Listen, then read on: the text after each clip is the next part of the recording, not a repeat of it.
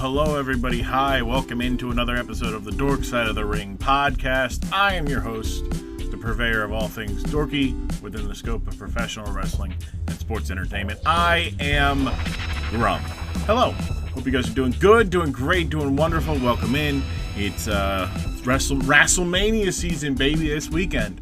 We'll be hosting it in my Discord, Grumm.tv, both night 1, night 2, Saturday, Sunday at 8 p.m. Eastern Standard Time. That's the start time. We'll be in there having a good time. Come through if you enjoy watching some wrestling with friends and like-minded people. We all enjoy wrestling. It's the dumber, the better. The sillier, the less serious we take it, the better it is. And it's glad that, I've had some discussions with a lot of wrestling fans lately, and the idea, the reason why I associate with some wrestling fans over others is the ones who take it seriously, call people AEW sexuals and E-drones. It's swaggerless behavior. To just come up with an insult and that's the best you can do is to call somebody an AEW sexual and an E-drone. There's probably a lot better versions to do it. You could probably insult somebody better by just simply calling them a fan of one product over the other, but you just, show how swaggerless you are. Fatherless behavior, if you ask me. And I am fatherless, so I don't, I know what that kind of behavior entails. I don't do it anymore. Shout out maturing and becoming a better human being. But yeah, speaking of good human beings, we got Elliface, we got Kevin Spicy, two of my friends from local Philadelphia. They're from Twitch. I met them going to Twitch Philly. I used to help run the meetup prior to this Panini and pandemic. So getting through all that was, getting to meet them through that, I should say. It was a lot of fun. The three of us have been featured on television for streaming and building community through video games in the Philadelphia area. So that's pretty cool. Completely forgot to bring that up. That's a pat on our backs, good job by us.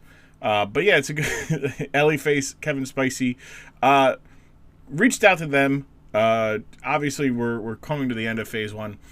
They were two people that I was maybe trying to hold on and maybe doing an in-person one, at a meetup of some kind, or just get together and do in person with multiple guests. I mean, we've done one.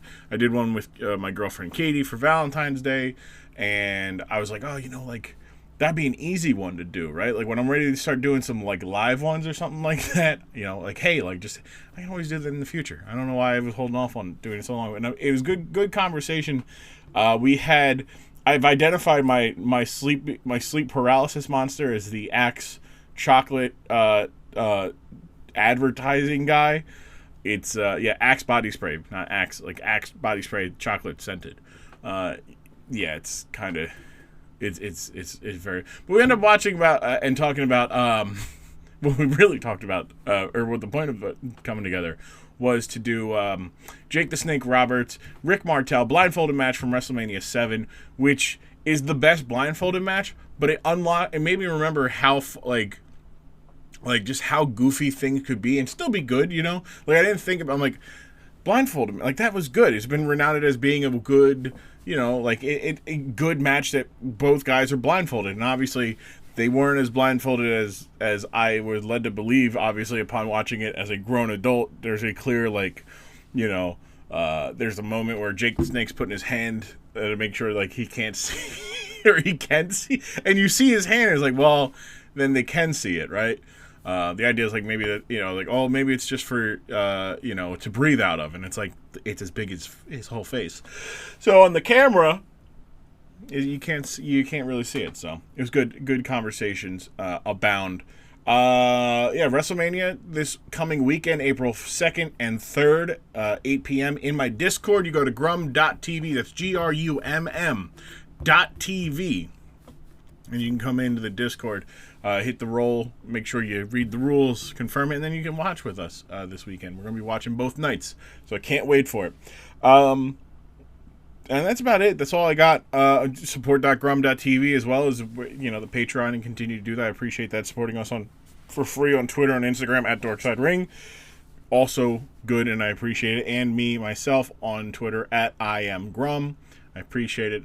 I got also this week, my friend and former guest Rob is launching it's planning to launch, I believe it is, his and our mostly his. Look, I'm in there as a name, as an ideas guy, and I help set up the getting everything after the launch. I'm not a tech guy, but sneaky role play. If you're interested in role playing, online with people getting involved in it, I've talked about it with many people who I do Grand Theft Auto role play, but this is Minecraft role play, and Rob and Momo and the build team, Mike, Raven, there's just those are names that probably maybe not mean much to you, but I want to get them out there. They did a great job. The build team, just putting together an incredible, just a world, right, where it's unique. It feels using just Minecraft, right? If your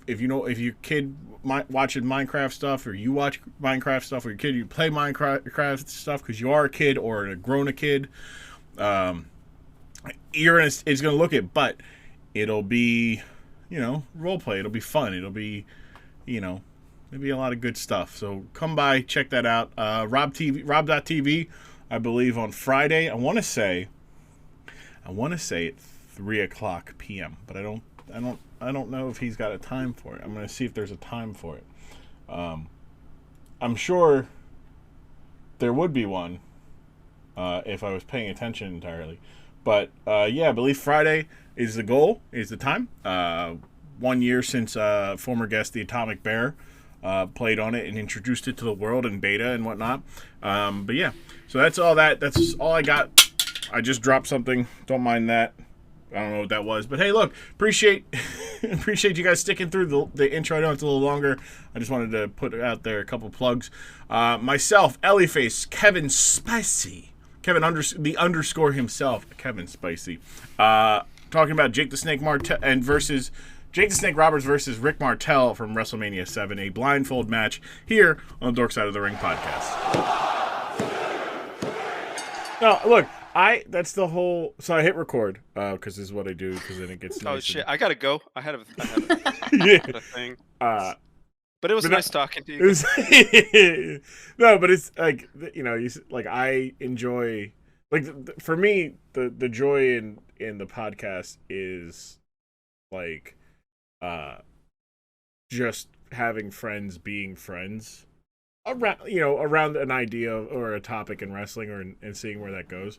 And the better friends everybody is, the better the content is, because we're just all like, fuck it, I don't give a fuck. We're all here to talk about wrestling. Nope, not really. I saw a tweet the other day that was like, why is it always a bunch of high school friends that do podcasts? Why isn't it a couple of sworn enemies doing a podcast? That'd be really good, actually. Yeah. Well, that's not the spirit of wrestling, man. Come on.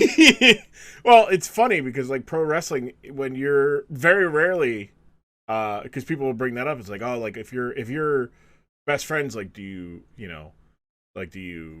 take it easy? And I'm like, no, if anything, the best friends are the people who it's the same idea. It's like, who can you be the most offensive to? Your friends. You could be as personal and scathing to your friends as possible, because hey, we're friends. We at the we all have friends of many years where you're just like, yeah, I got a joke that it's gonna hurt them hard, right? But if it came from somebody else. Coming from me, they're gonna just look at me and tell me to shut the fuck up and say something just be like, man, that. Okay, but what about this? And it's like, damn, you're right. So you just don't, you keep the nukes away. Yeah, I feel like the only thing that could one up that is siblings being enemies in the same profession. There's the younger sibling is just going to take all of the hits, and then they'll be the underdog, and then of course they win at the end. Spoilers, but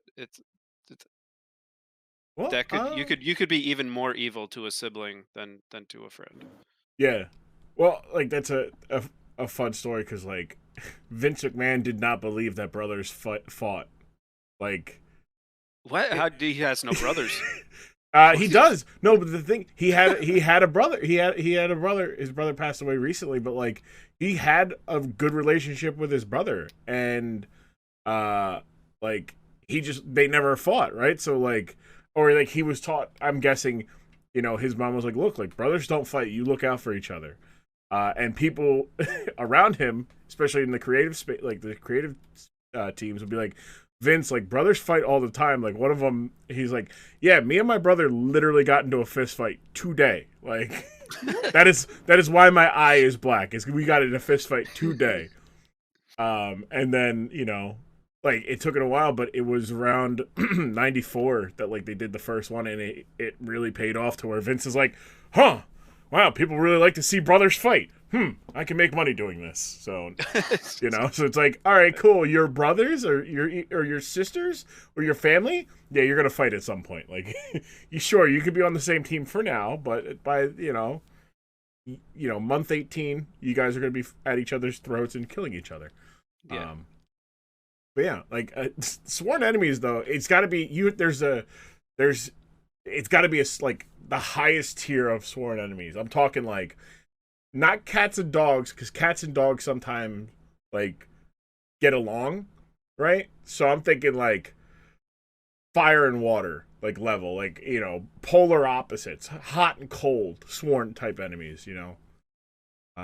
Twitch and paying their affiliates properly, like console and PC. yeah. Well, no, wait a minute. Good. Well, now we're all warmed up. Let's get the intros formally in the way, or I guess out of the way technically. But we're gonna start. Yeah, why did they say get it out of the way? Because they're very much putting it in the way. Putting it in the way. Yeah. I guess you say. Yeah, no, you're supposed to say it afterwards, right? You're supposed to be like, oh, now that's out of the way. We're going to put it in the way. We're going to put the intros in the way. We're here on the Dork side of the ring with my two friends who I probably could have done this. We could have done this physically. I really think we could have, yeah. If I had, like, just the energy to leave work early and get everything. Do you have a ring? You're right. The only way to do this physically is with a ring of some kind, like in the ring. Do you got those giant Q-tips? Because I definitely have the helmet for that. Yeah. We got Elliface and Kevin Spicy. Hello. Never heard of her. Welcome to the Dork side of the ring. How did I get here? Yeah, it's like weirdly bright. Yeah, well, it's not the dark side of the ring. Like, Yeah, I know Dork. the Hoagie marble mouth of my Philadelphia accent has, dork and dark are very similar sounding, but it is the dork side of the ring, not the dark. Oh shoot, guys! Yeah. Sorry, I'm on the wrong podcast. You're on the wrong call. Oh no, it's so embarrassing. We like to do our intros alphabetically here. So we'll start with you, Ellie. But I don't know the alphabet, so Kevin goes first. Ellie, introduce yourself. Let the people know a little bit about yourself, where they can find you, and what things you work on, and all the fun self-promotional stuff. Even in a QWERTY alphabet, I still come first. So We can go by second letter. I just don't want you to forget it. Anyway, hi, I'm Elliface, Twitch's only themed mod streamer, and I've been doing it since December 2016.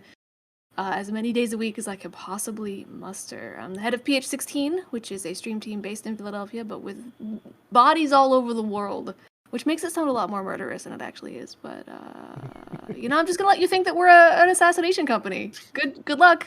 Have fun. Look that up.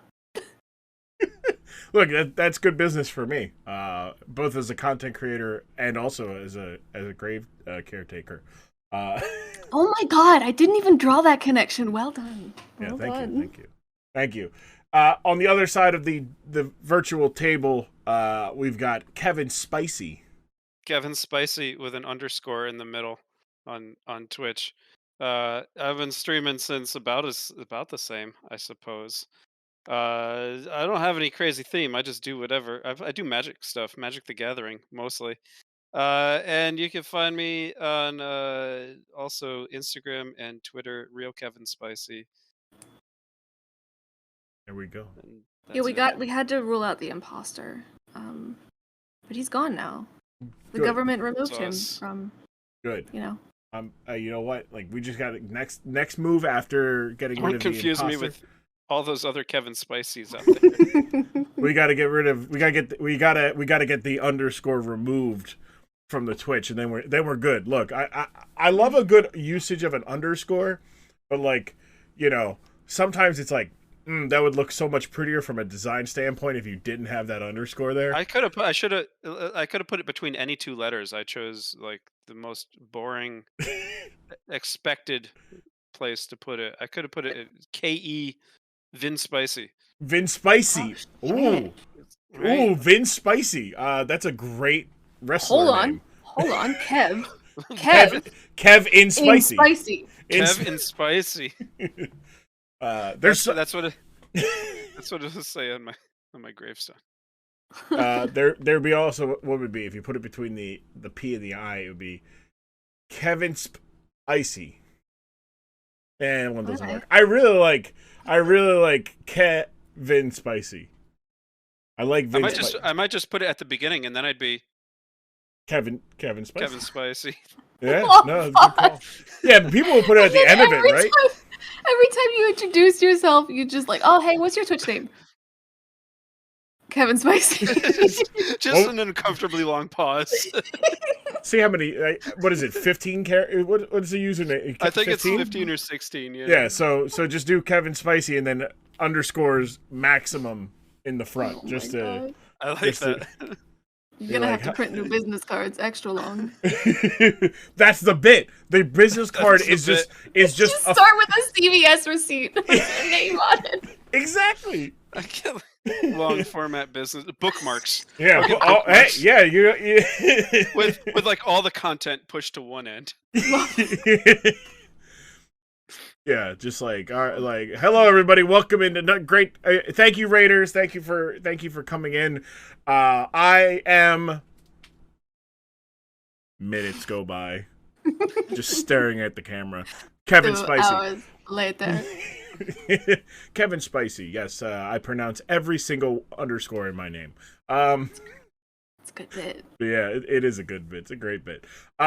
So, what as the listeners know, and as you may know, may not though, because you may not know what is in store for you today. You actually do, because I send you a list of like how this works. Because I'm a You good assume host. I know how to read. Spoilers. Hold on.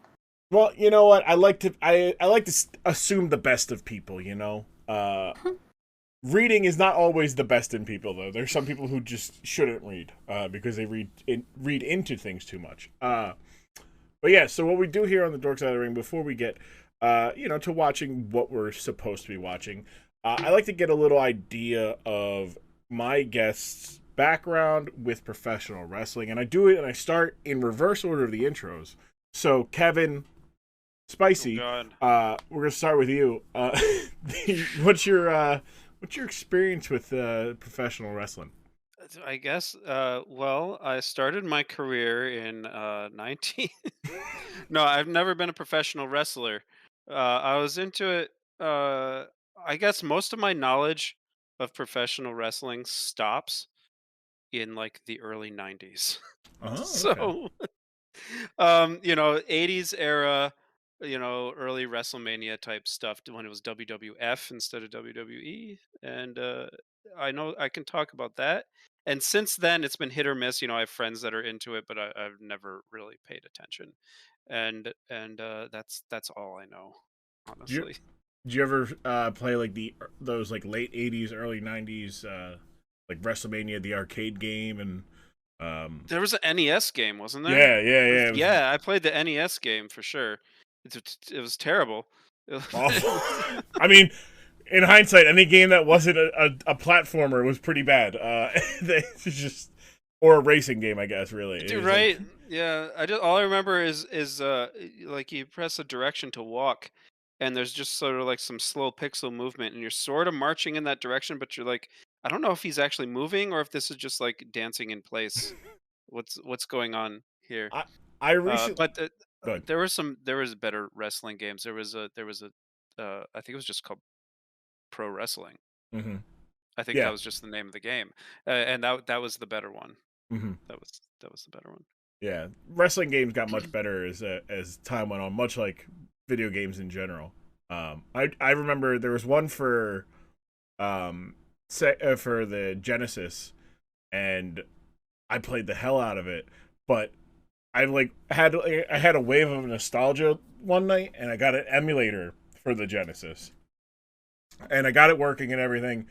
And I was like, the first thing I did after playing Thomas the Tank Engine's Coloring Adventure was getting like the Wrestlemania game, and it was like they gave everybody like these kind of like extra effects to their move. Like Razor Ramon would actually hit you; his arm would turn into a razor, and he would like uppercut somebody, and like the Undertaker would have like this like cloud of smoke every time he tried to like throw his hand at you. It was like it was interesting because it's like kind of arcadey, but kind of not. The latency of those of old games is so atrocious. That's what I'm saying. Like I'm turning left and you're still walking right, and you press the button to do a thing, and it's like, well, is it gonna do? There are too many underscores before before the move starts. Like I can't imagine like as incredible as reflexes as like professional gamers have nowadays. Like you had to like I'm thinking about how I could have been a pro Fortnite player, because if you took 97 Grumm and put him in 2019 at the height of I would run for. Nobody would care about any. They're like, wow, look at this! Look at this! Imagine 7-year-old. Look at this 5-year-old. He's incredible. Before I say, can you imagine? Are there actually like wrestling video games on modern game engines? Yes. Yeah? They actually just released WWE 2K22. Apparently it's pretty good. It's got. I don't know why I even had to ask. I assumed there was, but I wanted to make sure, because that would actually be kind of cool. Like actually do like real moves in real time and have it look good. Well, I do every year. I would do my sub rumble. So I would just turn my like Twitch subscribers into wrestlers. Basically, like, hey, if you were a wrestler, what would your name be? And then I would then create a character or like a wrestler and throw them all in like a 30-person Royal Rumble to be like, all right, wrestle it up and just commentate over it. And it's just fun. What is your wrestler name? Mine's Big Red Grumm. Big Red Grumm. I think mine would actually just be the underscore. That's a good one. That's a really good one. Silent but deadly. Right? The underscore. The underscore. It's pretty good. Elliface, and I would come out. There'd be no fanfare. The lights would go out, and I would just walk. I'd have like slippers on. And I'd walk silently into the ring, not say anything. That's so good. We're just leaning. Yeah, from now on, you are Kevin Spicy, aka the underscore. From here on underscore. Ellie, what about you? What is your experience with professional wrestling? Okay, so I had a friend in elementary school. Her name was Steph. She lived just down the street from me. I hesitate to say friend, but like she let me come over to her house sometimes. And her family was obsessed with wrestling, like to a degree where she'd be like, I'd be like, hey, can I come over? She'd be like, yeah, it's cool. And I would arrive and I'd be like, hey, do you want to go and like play? Because you have this like really cool whole play set on this like 2 acres of land, and there's just so much to do. And she's like, no, I'm watching wrestling. We're watching wrestling tonight. And I'm like, I don't even know how to keep. I didn't know anything. I don't know any backstory. It's like a soap opera that you have to know a bit of to keep up with, to be able to understand why anything is relevant. But don't let that distract you from the fact that in 1998, The Undertaker threw Mankind off Hell in a Cell and plummeted 16 feet through an announcer's table. Hey, I'm gonna spit my water out because I didn't see that coming. Now, did you know that, or did you research that? No, that's I'm so surprised you didn't know that. That's one of those copy pastas that goes around the internet. People tell like this really long-winded story with incredible amounts of detail, and then instead of ending the story, the fact that in 1998 The Undertaker threw Mankind off Hell in a Cell and plummeted 16 feet through the announcer's table. You know what? I forgot about that. My brain has been rotted by the new version of that, which is the Tom Brenneman, the former like play-by-play for like Fox Sports Baseball and whatnot. He had a hot mic during a game and said some homophobic stuff that he claimed. No. He said what he wanted to say was that Kansas City is the flag capital, and you can put two and two together to figure out what he did say. Dang. Said it live on the mic. It got heard. People were like, yo, what the fuck? Get this man off of... And so they basically removed him. And he's doing this whole long-winded like apology. He's like, I pride myself as a man of faith, and I said some offensive, blah, blah, he's doing this stuff. Meanwhile, the game is still going. This isn't like a break in the game. So the guy Nick Castellanos comes up to bat, swings the baseball bat, hits the ball deep into left center, and it becomes a 4-0 ball game. And he literally is calling the action in the middle of... So he's doing the apology. Ball goes into the stands. He goes, that's a deep... He goes, it's like... I used to be able to recite it perfectly, but it's been a while. But it's like, I pride myself as a man of faith. While there's a deep drive into left center by Nick Castellanos, that'll be a 4-0 ball game. And then he's like, so-and-so will take you the rest of the way. I apologize, and I hope... and he's like, And now, anytime, like, on Twitter, all I see are, like, long-winded things that end with, and that's a deep drive into left center by Castellanos, that'll be a 4-0 ball game. And it just takes me out of it every time because it just reminds me of how insane. Now, it's evolved to the point where anytime that Nick Castellanos is up, the announcers almost have to be quiet, right? Because that happened in 2020. In 2021, during... I believe it was Memorial Day weekend. Nick Castellanos is up to bat, and again, they are giving the play-by-play announcer is giving like a eulogy, talking about like a member of the production crew's like grandfather who had served in the army, had passed away, and all they're doing all this stuff. All in the meanwhile, doing that, Nick Castellanos takes a deep drive into left center field to make it a 2-0 ball game. Like, his timing is impeccable to the point where it is now getting Castellanos across the sport. Even if you're not getting, like, it's just very funny. It's like, oh, impeccable timing. It's like the perfectly cut screen, like Twitter handle or something like that. Is now they could probably go and find that type of thing and make it an account, which if no one's done it yet, I think I might try to slide in and do that because that'd be got easy. Yourself a business opportunity. Yeah, right? And basically I sell tweets. I can promote my own stuff every so often. Yeah. Oh, you could put it on Good Fam. Yeah, I could. Good. But yeah, so you wanted to play outside and your friend wanted to watch wrestling. I relate very hard to the friend. Why would I want to go outside? Wrestling is on right now. But as a older brother, I would then take those lessons I learned in wrestling and not listen to the "don't try this at home" warning and try it at home. I want to ask how many this is a weird question to ask another human being. How many bed frames have you destroyed? Prior to adolescence, probably 2. Since adolescence, those are rookie numbers. Get those up. Well, no. Here's the thing. After the first time I did it, I got like scolded, and my mom beat my ass red because I broke a very nice bed frame that was not mine. It was hers. So yes. So then I got a little bit better at not power bombing and choke slamming and throwing my brother and using him as a professional wrestling dummy. Not on beds. Maybe a couple couches. Definitely high number of couches. The second. Do you have a furniture graveyard? Like, do you keep a tally? Dare I say it? I don't want to say like a body count, but like a furniture count. Yeah. A beddy count? I don't know. Stretch. Yeah. I used to. Then I got to the point where I was physically large and I was breaking them because they were not meant for somebody who is, 6 foot and 250 plus pounds. Like, so it's like it stopped being a point of pride and a point of shame. So we don't count them anymore. Gotcha. I mean, but bed breaking always makes the highlight reel, right? No, absolutely. Even to this day, yeah.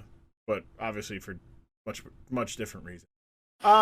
So getting going now that the fun stuff is all out of the way, the more fun stuff is ahead. Because as someone know, I like to provide you a little context for what you're about to see. And what you're going to see is Kevin. You're probably going to recognize the names and maybe even the match. Who knows? It is from that like late 80s, early 90s time. Okay. But have either of you been the victim of inadvertently spraying like cologne or perfume or Axe body spray into your face? Into my own face? Yeah, or somebody doing it into your face. I mean, I've walked by people that accidentally or inadvertently accost me with their body spray. I've had a mouthful of curve before. Why do you ask?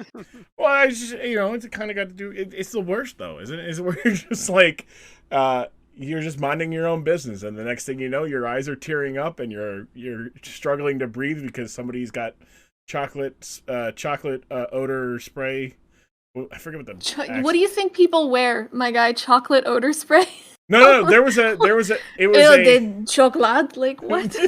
No, there was an Axe body spray when I was in high school, and I know I remember this. Right, and there was a specifically a chocolate scented one, and I forget what it was like. Chocolate.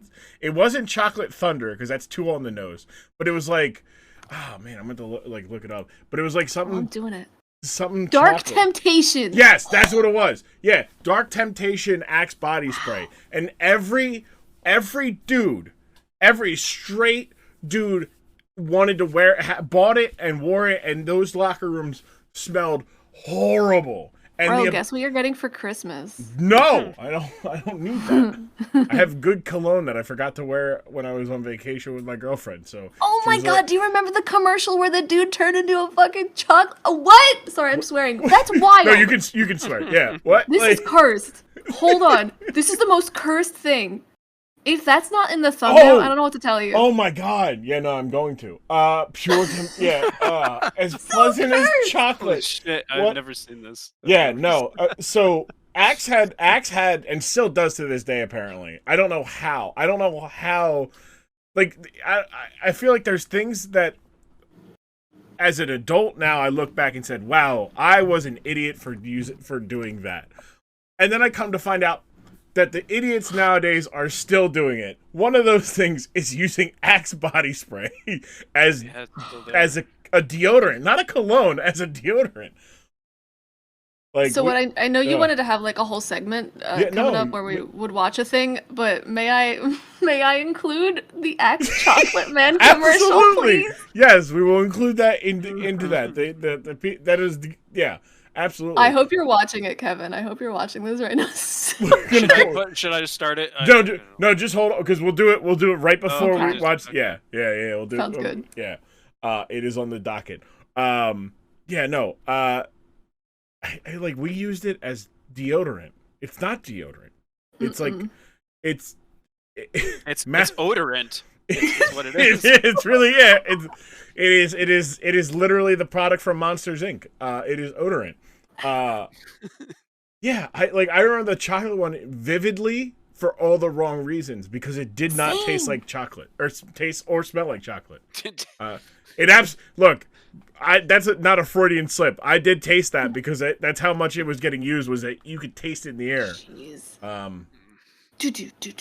Like, oh man, I can only imagine what like my gym teachers that had to walk through like the boys' locker room to get to their office after every gym class where 14 to 18-year-old men just decided to use Axe body spray instead of like deodorant and a wash rag. Like it's like, I sweated up a storm. Let me just put chocolate spray on my stank. Chocolate though. Oh man, it's no wonder a lot of us just didn't have good relationship with the girls. Yeah, we'll put it we'll put it on the cologne, I'm sure. That's the thing. That's the one. Yeah, like, oh man, like you stink and you smell like bad chocolate spray. Like, oh my god, this thumbnail is cursed. Yeah, it's the most cursed thing. I can't wait till we watch this together. So the reason I bring all that up. Can I get one of these for Easter? you wanna? I'm gonna remember you said this. Just a hollow Axe body spray man made of chocolate with the candy eyeballs. Well, you know what? If I knew who to hook that up with, I would absolutely. But I will Google it. If only you knew someone who had a cooking show. Yeah, right. If only I knew somebody who could cook with that heat. Oh, damn. Who knew?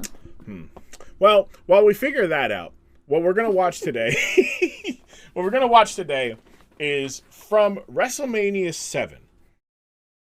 The reason I bring up getting, perfume and body spray and all that shit in your eyes, what we're gonna watch today is a very famous match, infamous match, and yet it's still a Dork Side of the Ring eligible thing because it's still hard to explain in the context.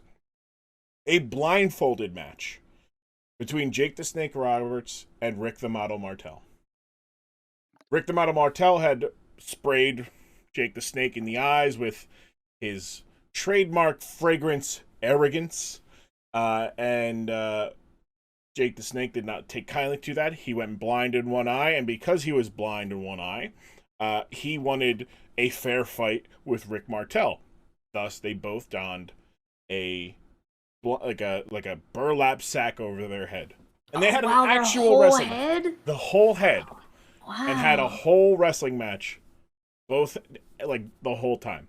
So we're gonna watch that, and we're also gonna watch this Axe Chocolate Man commercial.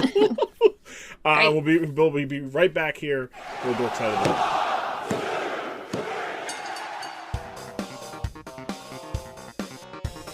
Hey, it's Grumm. Just real quick. You can fast forward if you want to. Go ahead. I'm going to try to keep this to exactly no more than 4 skips ahead for you. But hey, we're over on Patreon, support.grumm.tv. You can go and continue to support us financially if you so choose, or to begin or end if you were doing that for whatever reason. But hey, look, I appreciate if you don't end, obviously, and continue to support us over there. We've got early episodes up there. Also, going up this weekend, or went up this weekend on the Patreon is myself, Whack Human Being, and Ben Simmons Jump Shot from episode 21. I'm looking at it now. From episode 22. I was off by 1, but 22, we end up watching the Junkyard Invitational from Bash at the Beach 1999, and it was a good, fun go around. It's just enjoyable to watch. It's mayhem. It is just goofy, not serious at all. A whole bunch of no-name wrestlers wrestling, not no-name, mid-card, low-card, luchadors and hardcore specialists wrestling inside a circle of junk in a junkyard. There's explosions, there's concussions, there's serious lacerations, a lot of wild stuff. That's over on the Patreon, support.grumm.tv. You can continue there. Simple as $1, $5, $10 tiers, $25 tiers if you're feeling so generous. Those ones will get you some exclusive episodes coming soon as I get a better handle on things. I had a lot of stuff going on. But anyways, look, we'll get to that at the end of the episode. But yeah, appreciate it if you continue to do that. That's it. A lot of us for you. I hope you enjoy that. Let's get back to the episode here. Myself, Elliface, Kevin Spicy, talking about Jake the Snake and Rick Martel. Look at that. Under 2 minutes. Good job by me. Alright, we're back here on the Dork Side of the Ring. We just witnessed 2 vastly different things. Which one do we want to talk about? Do we want to talk about the match, or do we want to talk about the horror? Oh, hang on. I don't mean to cut you off, but yeah. Are you still recording? Yeah. The other one left the call.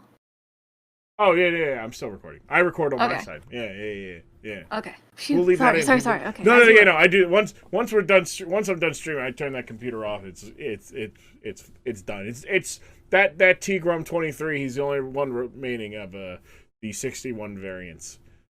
Gotcha. I was like, another one left. I'm like, no, Kevin's right there. What are you talking about? 37 varieties.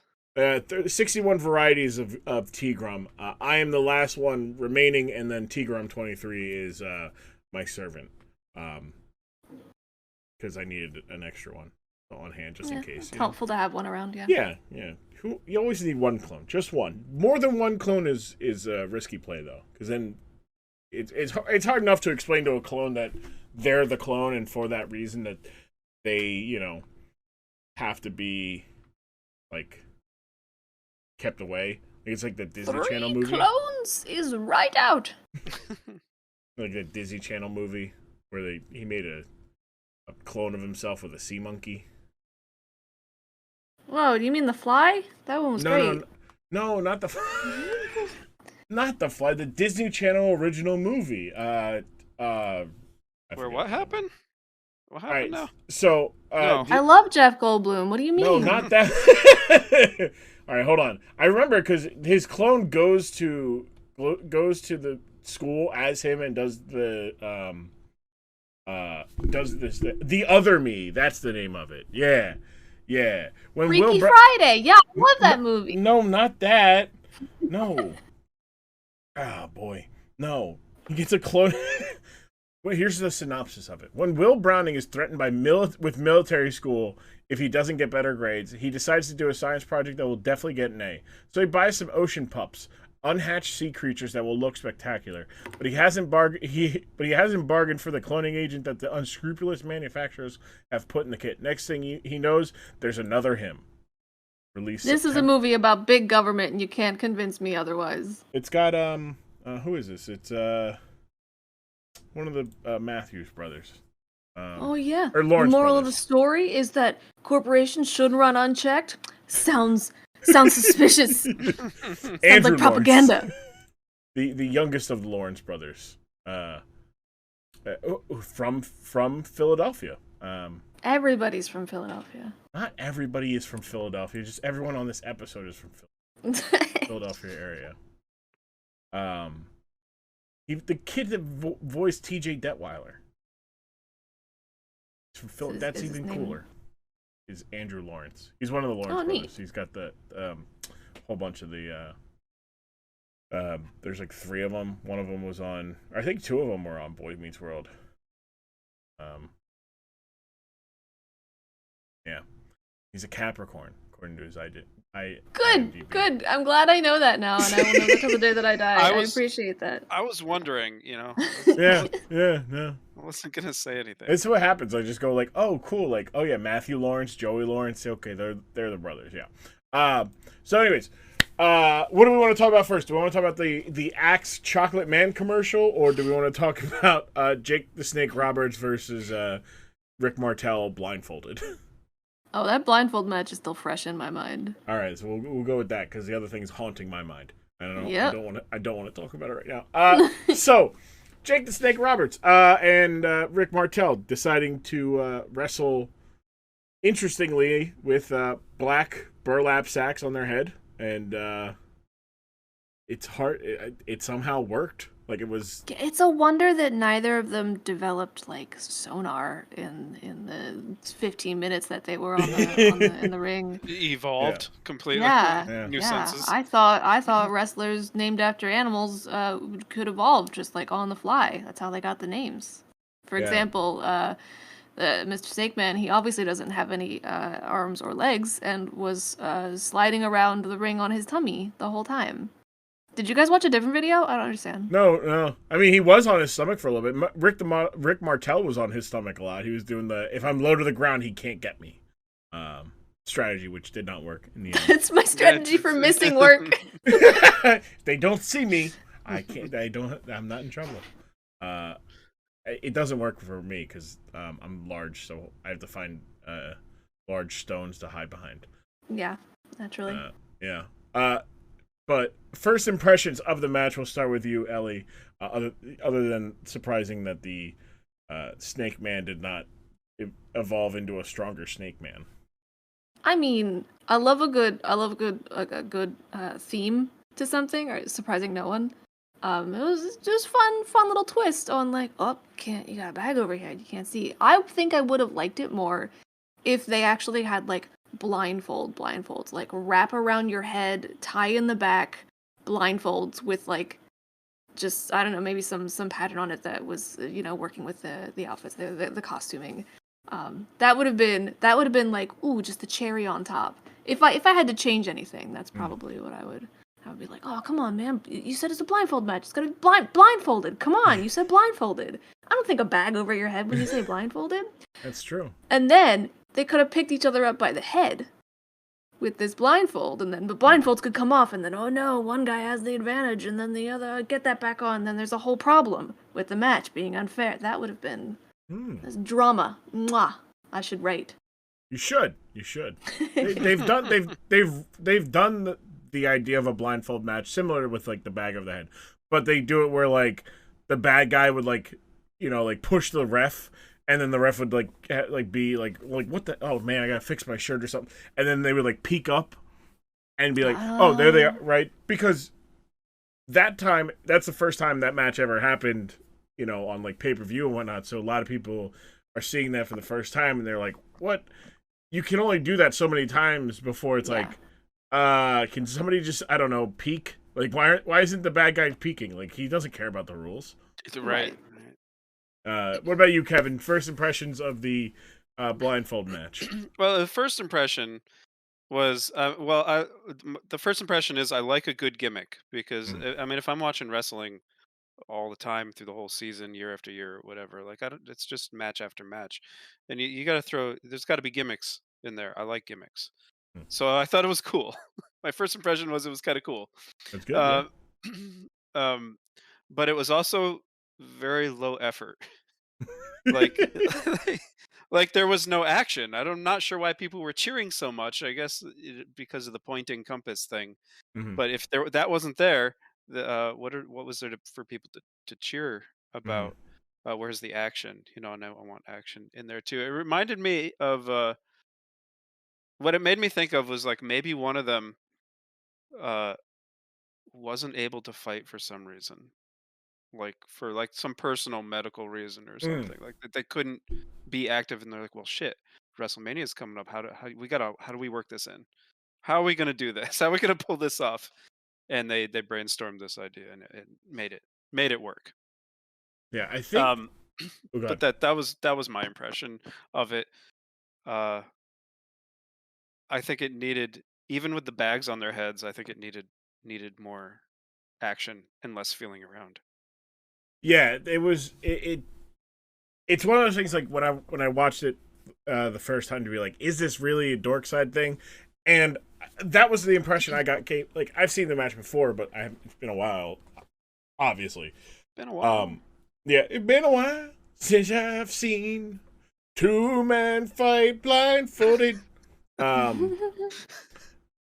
But when I had the similar to both is like, this match could have used either more cheating, dastardly bad guy, or just more like, hey, I got my hands on you, let me do this move that I can do to you with being blindfolded. Like, I think also wasn't he only blind in the one eye?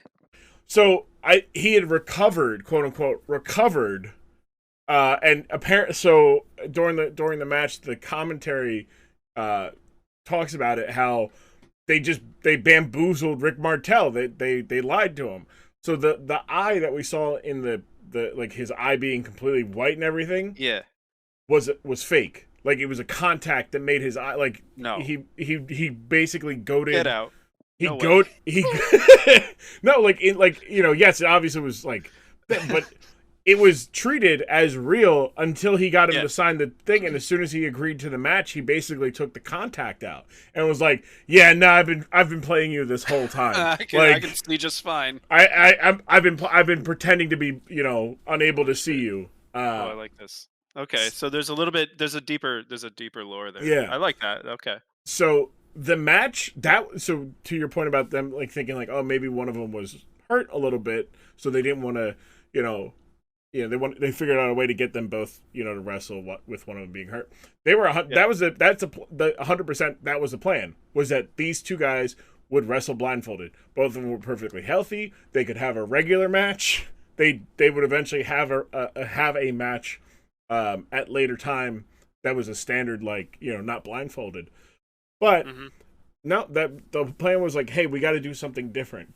To your point, every match can't be the same thing. There's got to be something different that makes you go. Especially in WrestleMania, right? Mm-hmm. You got to do something unique.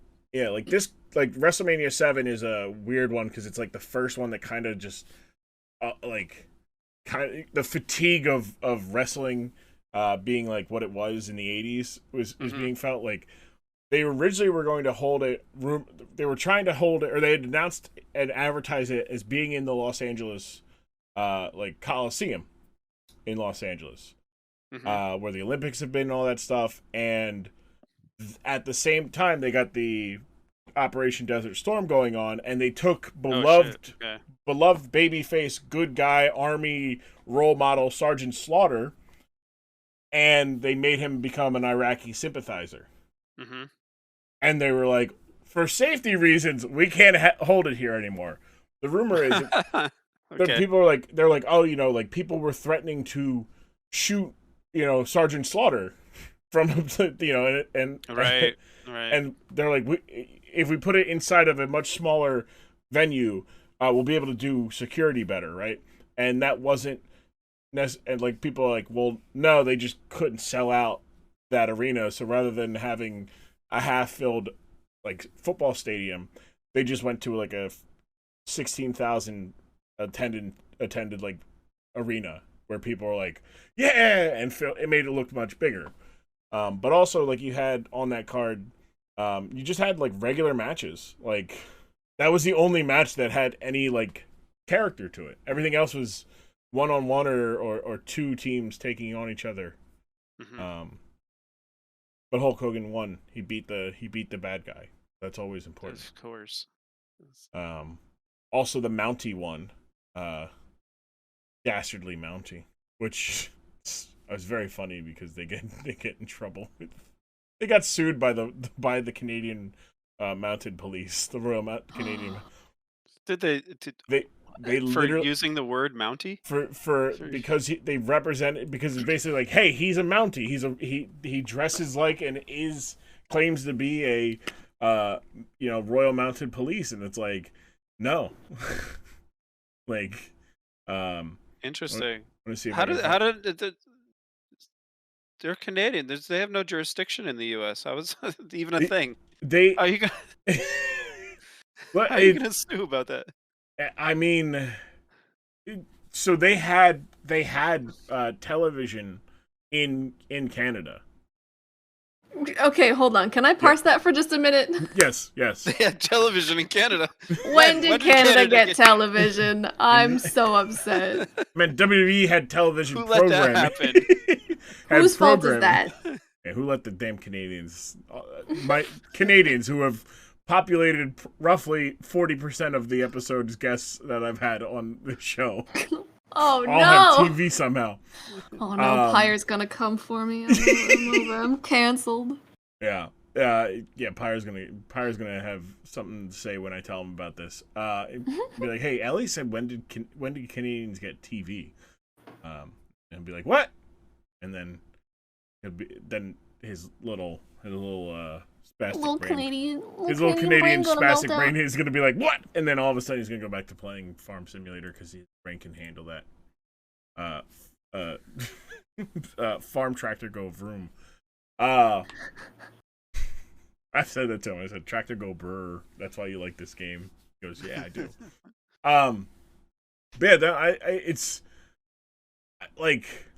watching it again with you two, I was just like, man, I felt like even when I watched this the other day, there was more action to it. And I was like, well, you know what? It's still because it's they had a match where the guys literally touched for, out of a 15-minute match, maybe a minute of actually like being able to like attacking the other guy, and like it's just an interesting piece of soap opera, you know. But they did boot butts. I They did touch don't want to butts. gloss over that. That did happen. That was the first touch. That was they touched the butts. icebreaker. Yeah, it was an interesting time because wrestling is at a point where I feel like they were starting to become overexposed.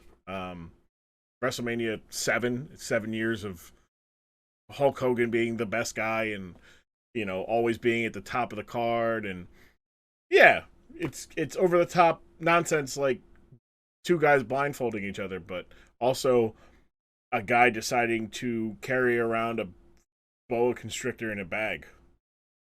That snake was so manhandled. I'm still uncomfortable thinking about it. Like, there are stories that are horrible. I don't want to hear them. Ever since someone told me some nasty shit about Milo and Otis, I've never recovered. I loved that movie as a kid, and now I'm destroyed permanently. What's Milo and Otis? Milo and Otis, the great big world that's all set up for a curious cat and a pug-nosed pup is how the song goes. It was an animal movie, a la Homeward Bound around that area, but it was all animals, and they gave them voices, and they had to get back to their home. And they went on an adventure. Man. We're gonna take a walk outside today. A dark backstory to that movie. I don't even. Yeah, the dark backstory is they went through like 13 orange cats and like 11 pugs because they fucking drowned and murdered them just accidentally trying to film. It ruined me. It's a rumor, I think, but it fucking ruined me. I mean, still, it's like. No. Yeah, no, that's How many wrestlers clones did they have to go through to make the 90s go off without a hitch? Too many. I know it's very like it was not. I mean, they've wrestled 300 days a year, going across the country, internationally, around the world, didn't they? Yeah, like they got to a point where they were going every other month. They were basically going to were going to either to like England, or they were going to other places in Europe, because money is money, and like the laundry list of professional wrestlers who have died before like 60 is just awful, but also daunting to look at, because you're just like, there's so many names, and some of these people died well before 60. Like, 2005, there was like a one night only like throwback show to a different promotion that WWE had owned the rights to, and they did like a Oscars or Grammy like in memoriam section to be like, hey, these are all for our brothers and sisters that, you know, aren't here anymore. Mind you, this company had been out of business for 4 years. The in memoriam like package was about 2.5 minutes long. Oh my gosh. Like, that's just from people associated with the one company. And like it's because wrestling, they don't really have health insurance. You know, they're all independent contractors. Like, in this, I always compare pro wrestling and content creating, specifically streaming, because they both require you to be very interactive and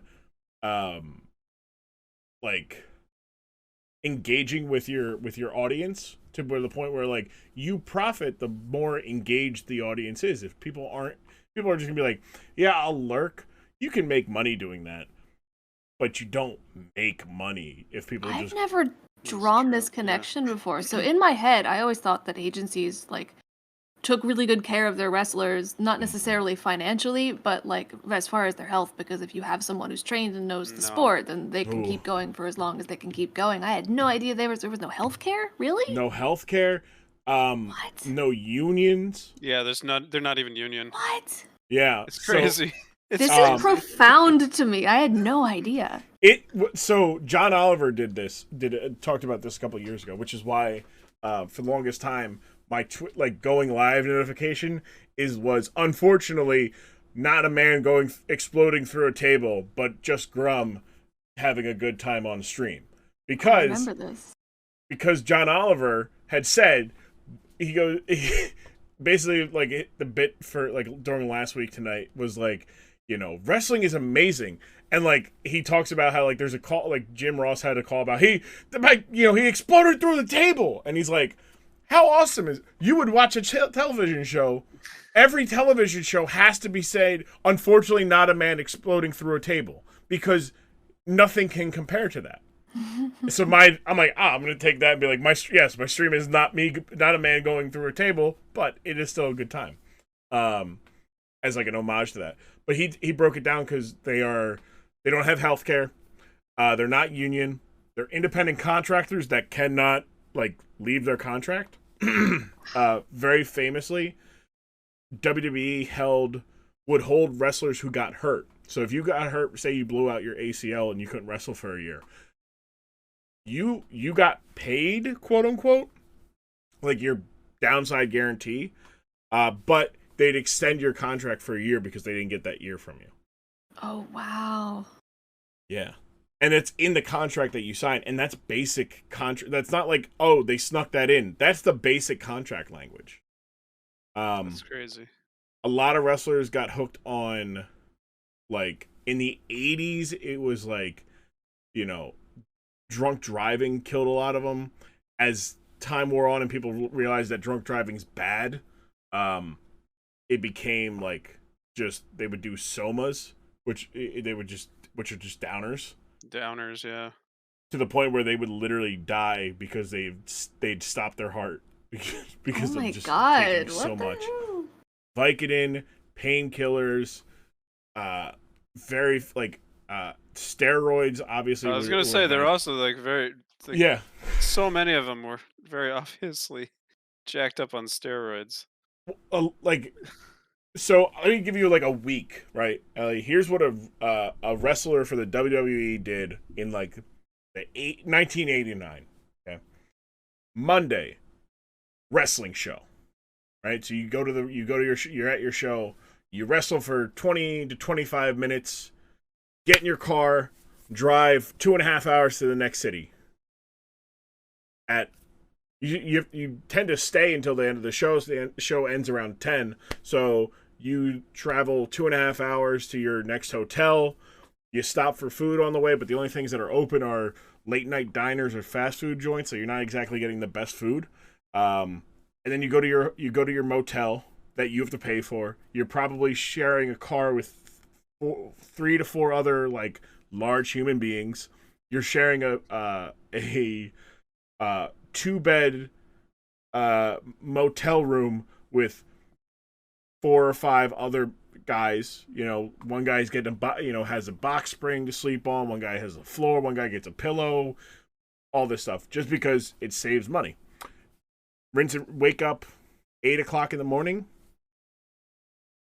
Drink some protein, get some breakfast, go work out, get a tan, go work out again, maybe tan again, go to the arena, do your match again.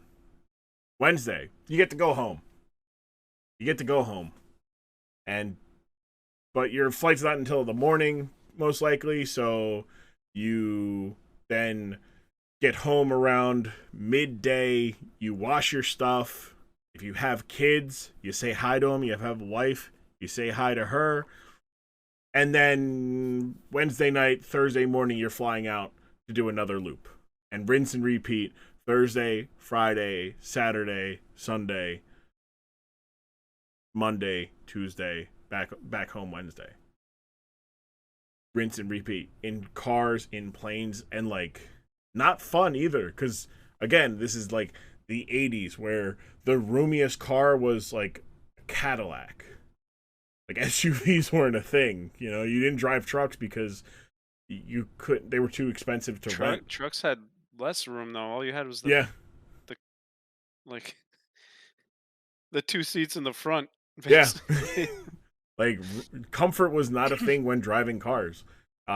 Flights, as jam-packed as we are now, like, they are, like, as normal human beings as we feel, like can of sardines, they were on flights with regular human beings being 4 feet wide in the shoulders and 2 feet wide in the hips. Like, you know, it's just the torment. And they would do that for 300 days a year. They would work Thanksgiving. They would work Christmas. Because those are traditionally good days for the business. You worked 4th of July, Labor Day, Halloween. You didn't get holidays off. You maybe got 1 day a week off, and if you were lucky and you had the political sway to do so, maybe you got like your anniversary off. Maybe you got one weekend loop where you didn't have to work because you were quote unquote fortunate enough to where somebody in your family was sick and you needed to be home. Not great stuff. not great stuff. And because you're having the equivalent of a car accident every night, for 6 nights out of a week. Holy shit. Like, you're taking painkillers to dull the pain so you can get to sleep.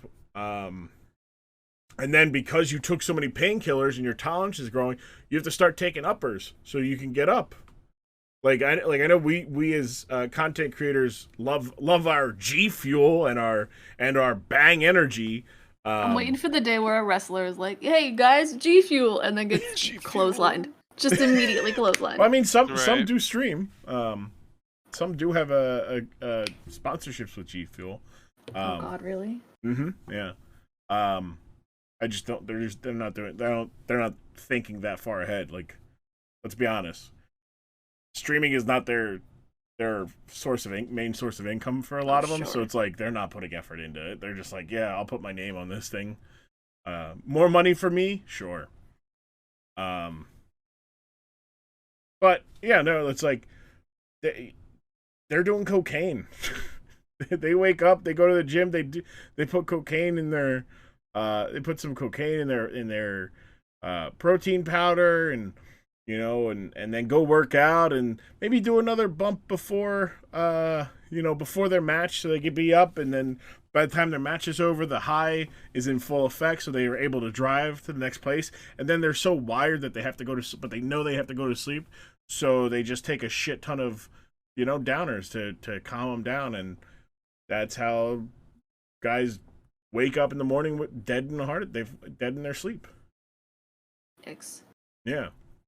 And then everybody would just keep it moving.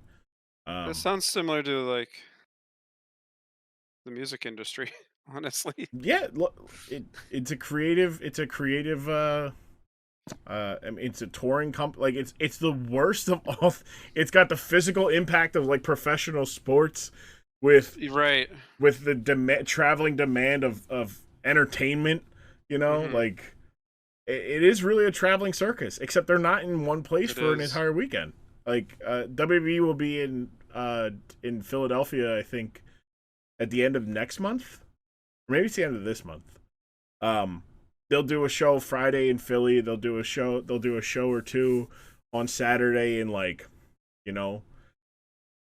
Washington D.C., and then they'll be on Sunday. They'll be in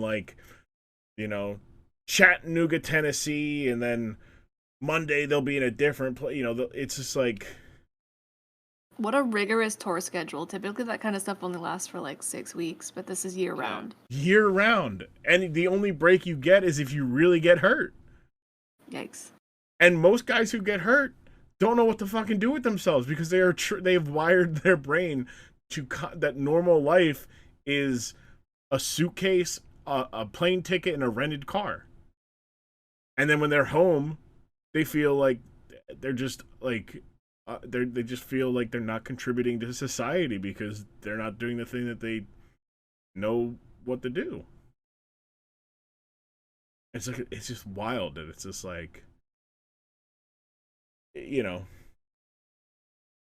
And then you pay. I mean, they get paid pretty good money. Like people were getting paid 75,000 like standard rate in WCW in like 1992 was 75 grand. Like you could be in what year? In 1992. Okay. 75 grand. But like, how much of that do they have to pump back into making their own bodies able to do this thing? You don't get to enjoy it. How much do they have to spend on feeding the machine that keeps them making that money, and then they have to do their own travel, and you get paid. How much of that goes to the and that's why they would share rented cars. They would share hotels because you're there for a night. I could pay this. I need this the night of, so they're going to be like, well, we got 120 for you to stay. All right. Well, that's $500 a week, just at minimum, right? Like on your lodging, not including the food that you're going to be paying too much more. Here's one for you. Here's a brain exercise for you. Yeah. I just want you to experience this inside of your mind. Giant pro wrestlers checking into Stacy's 2-person Airbnb with Live, Laugh, Love on the walls. And look, and that's the other thing is if you're like nowadays, it's better in the sense that modern society has made advances to making the traveler as comfortable as possible. Like nowadays, you can be on a flight and realistically book if you say you have to be in 3 cities in 3 nights, you probably have already booked those places, got everything in line, and you're ready to go before you even leave your house. But before, you had to call a travel agent. Like, true. You had to be like, hey, and they did do that for the wrestlers. Like, hey, here are your plane tickets. Here's where you're staying. And it's like, okay, well, I don't want to stay there. Or they'll be like, look, like, here are your plane tickets. Lodging is up to you. Because they would do just land and you're on your own. Good luck. Find a place. Yeah, we've got you the ability to talk to the rent a car station. We haven't rented you a car though. And some of that's because like some of the wrestlers like to drive together. They loved everything about wrestling except the flight. They liked being in the car with a group of their peers and talking about wrestling or just talking about life. Like there's stories of like,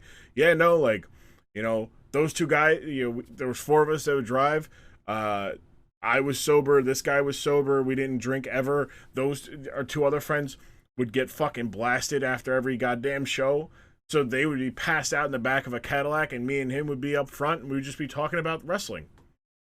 Or we'd be talking about life and talking about what about after wrestling and, or joking about like, oh, like how fucking dumb are we we got into this goddamn business. And just pray you didn't get hurt, because if you got hurt, you didn't make money back then. Nowadays, if you get hurt, you still get money because you're, things are better.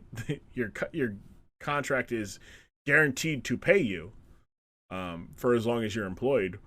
But that goes back into the independent contractor thing. Like, at any moment, they could terminate your contract and you only get the next 90 days of pay, and that's it.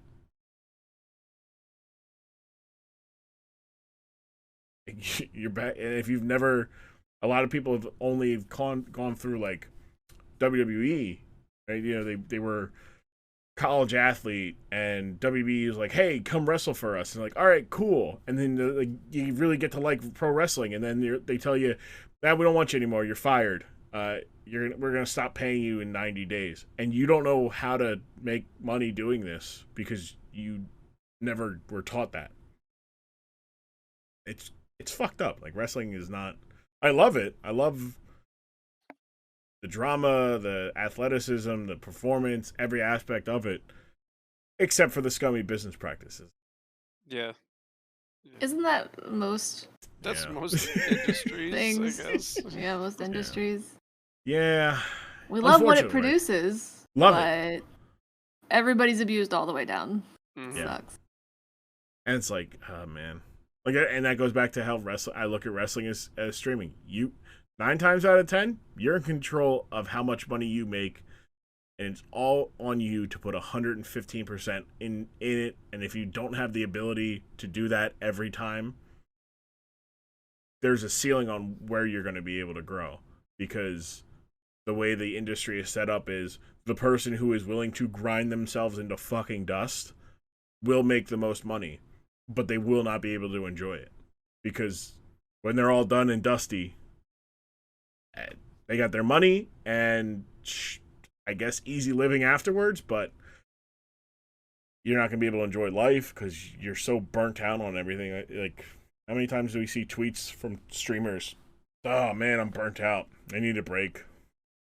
Right, like every fifth day. And it's not just one; it's like a mass of our peers and friends just going like, "Yeah, I'm gonna take a break for a little bit. I'll come back. I need to recharge the old batteries." And it's like, it's not. You're not a machine. You don't run on batteries. Like you like.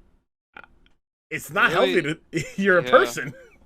It makes it more impressive for those ones that keep it up as their career for forever, like Hulk Hogan did, or any other big name person, that did it for decades and came out the other side and was still a functional person after doing that, going through a career machine like that. And just such a bubble too. Like, yeah, you have this whole identity of how life is, and then you exit that bubble and you're like, wow, life isn't all about like just making people go yay or boo when you want them to. Like, I mean, it kind of is, but at the same time, it's not. But I don't know. It's just it's interesting to and like being able to be like, hey, yeah, so this is how it is, and Ellie to be like, that's so fucked. Like, what the fuck? I didn't know that. It's just, to me, it is the appeal of the whole show, is that like having that reaction of the person who isn't in deep with the pro wrestling. Like, even you, Kevin, like, you're like, yeah, no, I watch wrestling up until this point. I understand it. I have friends who do it. Yeah, no, I understand the scumminess and whatnot. Even that is really like, yeah, no, that's a great feeling, because it's like, cool, I'm not alone in this endeavor of like, yeah, no, like, I'm aware. I have a consciousness to this. Yeah. But getting somebody like Ellie who's just like, yeah, didn't know that at all. That is wild.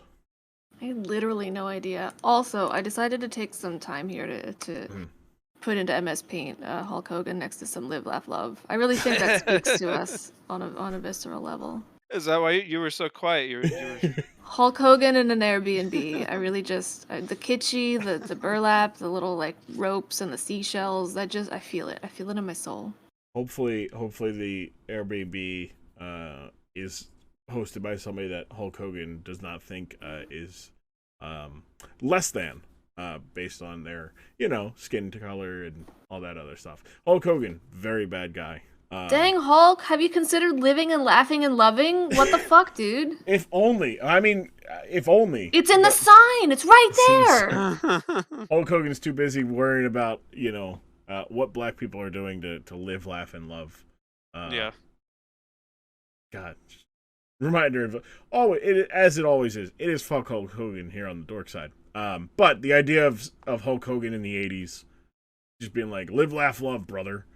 Because his whole thing was eat your vitamins, say your prayers, and something. It was like there was like eat your vitamins, say your prayers, and pray. And what was it? I think the last one was like when he came back, it was like remember Hulk still rules and stuff like that. And it's something like that. Yeah. Eat, pray, remember Hulk still rules. Eat, pray, love. Cardinal rules. Yeah. Eat, pray, love.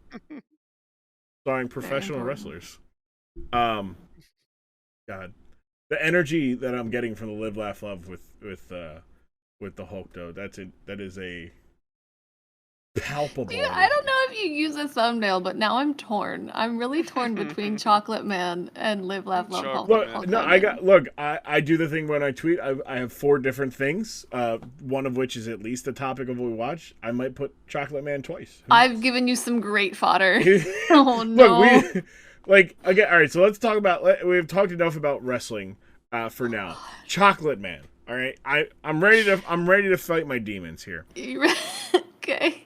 The Axe body spray Chocolate Man advertisement is unnecessarily provocative in a sexual standpoint. Okay, so we have to start it. We have to start at the beginning of the commercial because before he sprays on the Axe body spray, he's shirtless.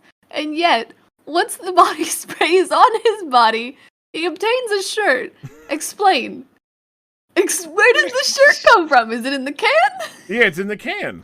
I don't know. How do you get a shirt? It's Axe spray on shirt. It's a chocolate shirt, so it's a chocolate coating, you know? What's wild is he doesn't look anything like... It looks like an entirely different person. It alters him down to the DNA, so is the shirt part of his body? Yes. Yeah. Like, here's the other thing. Axe has got some incredible technology. So first off, okay, there's... I think this is what? 2000... What is the year of this advertisement? It's got to be like 2006, right? It was Zoe Deschanel, like 2009, apparently from this. So Zoe Deschanel is a thing at this point, right? Yeah. Oh, okay. Is she? I think, right? Like she's an act. Like she's. I mean, it depends on when that commercial was, but yeah, she was coming up about the same time. Okay, there's a girl who has the entire like Jessica Day New Girl vibe, like aesthetic, bangs, glasses, dark hair, reading a book. She's sniffing this man. She's just fucking deep inhaling like she's about to smell what the Rock is cooking. And then this man breaks his nose off and just puts it in a woman's, just sprinkles it on their ice cream. Like, the most disturbing thing is the woman who's grinding a strawberry into his belly button, which his shirt. That's very much a scene in Saw. Like, pick one, any of them. It happens in every movie. I guarantee it. The Strawberries fact and that Saw? the shirt the shirt on top of it coming out of nowhere in this can, it also is like doesn't go all the way down to his waist. No, it doesn't. Like the whole time, he has a midriff. So I want to pause at frame. It's at about 33 seconds. Oh, I noticed something in the background. Oh no. 33. Oh, 33. It's been blocked. I can't. It's explicit, apparently. Kevin, I have to send this to you. I have to send this to you individually.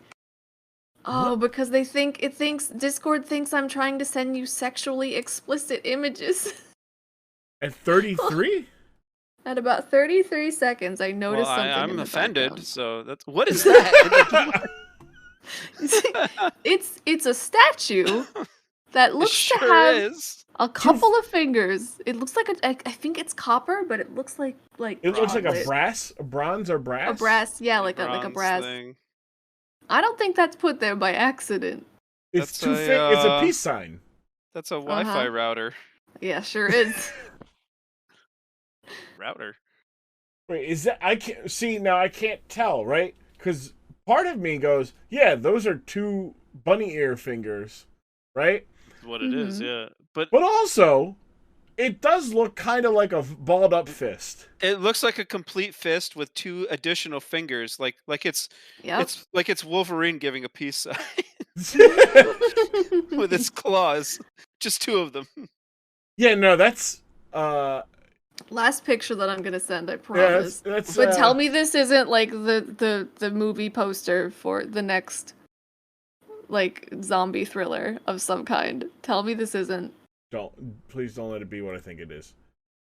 Yeah, no, that's okay. So yeah, this picture. All of those people are about to die. They're zombies. All of these women thirsting over a man made of chocolate while they were working out.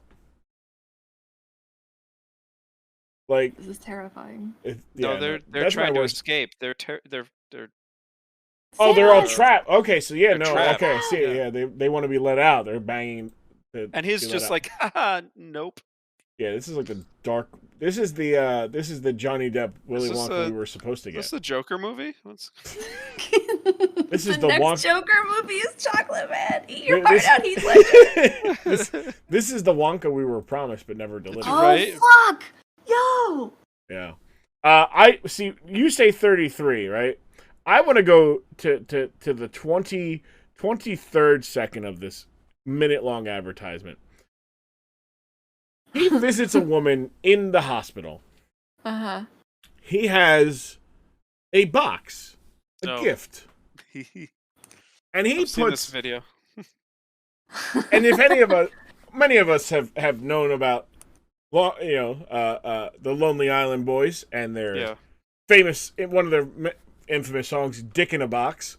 That idea, instead of a dick though, it's his entire hand. And he's wiggling all of his fingers very seductively to a woman who is in the hospital.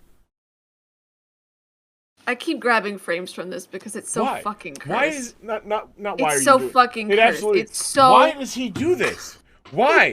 Why is? And she's like, yes, I enjoy it. Yes. And the worst thing about this is this chocolate man has a static face. His eyes are white. The white of his eyes are white. The white of his teeth are white. Everything else about him is like Hershey's dark chocolate. The shirt, his eyebrows, his pupils, his hair. It is disturbing because his face never moves. Have you seen House of Wax? That's what this is. Is that the one with Paris Hilton? Oh, I think so. Chad Michael Murray? I'm real bad with actors. But House of Wax! Spoilers, they turn people into wax, but they're still alive. So you get waxed live, and your flesh becomes wax, and it's horrible. What's wild is this man boiled his hand. He's excited. He loves the pain. Chocolate Man's a masochist. All right, never mind. Podcast over. Yeah, chocolate. He got his ass. This man got his ass eaten on a bus in broad daylight. Can say that. Not me. This man got his whole ass. She grabbed a chunk so much that there's chocolate around her lips. That's true. And she's like, "Yeah, I'm not ashamed." Yeah. I'm so glad that I brought this. Thank you for this. And then one of the women drive by and rip off his arm. Yeah, the ending.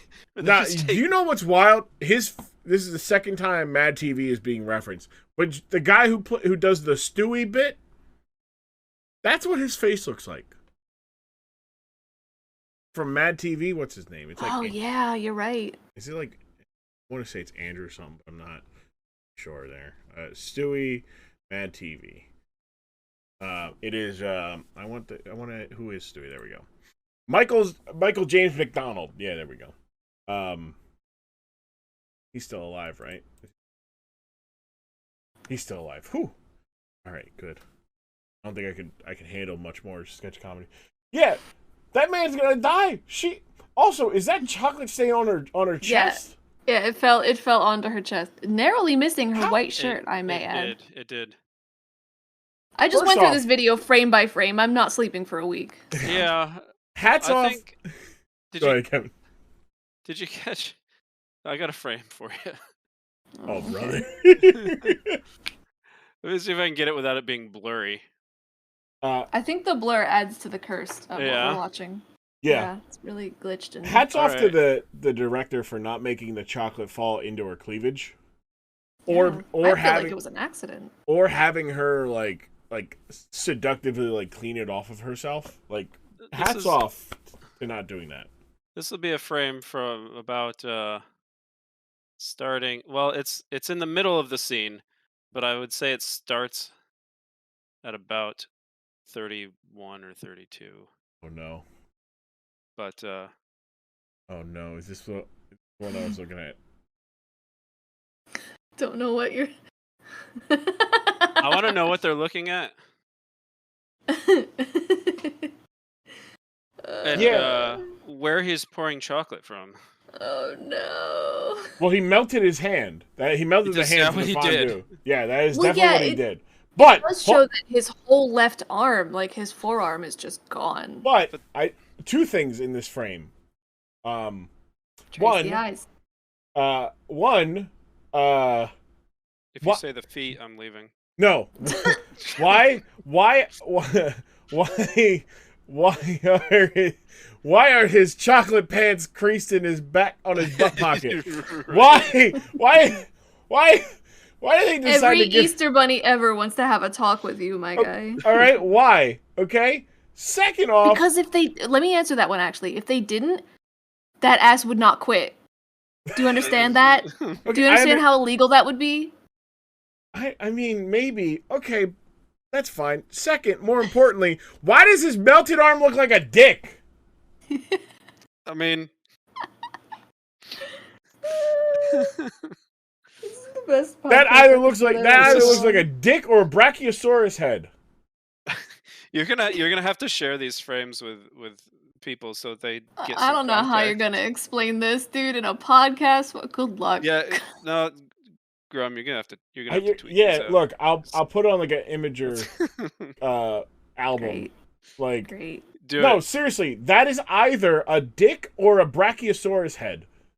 Like, that is Littlefoot. That man got Littlefoot on his arm. That's not a Littlefoot. Excuse me? Excuse me? Let me see. Oh, you mean the dinosaur. Gotcha. Yeah. But yeah, their faces of like looking at it and like, imagine being like...